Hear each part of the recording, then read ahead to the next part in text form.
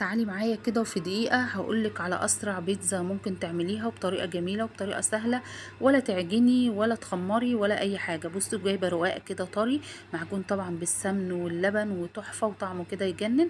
عملته زي المكشكشة كده اللي بنعملوها بالرقاق بالكاستر، الحاجات الحلوة، بس احنا هنعمل بقى حاجات ايه، حوادق. وحطيت بقى فلفل، طماطم، جبنه موتزاريلا، جبنه شيدرز، عندك جبنه خزين حطي، جبنه رومي حطي، كل الموجود عندك، شويه زيتون.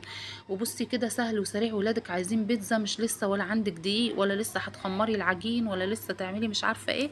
وبالطريقه دي كده وحطيها في الفرن وهتاكلي ألذ حاجه. لسه خطوه كمان هنعملها، هجيب شويه كده كوبايه كده من اللبن واحط عليها نطره شويه كده صغيرين من الملح، لان انا طبعا حاطه زيتون والجبن طبعا بتبقى حادقه. هرش عليه كده عشان يبقى طري من تحت بقى وياخد قعر كده احمر وجميل وتحفه. وكليه بالهنا والشفا، جربيها هتدعيلي. سهله وسريعه وفي ثواني هتعمليها، ولادك هيحبوها جدا. وما تنسوش يا حبايبي تحطوا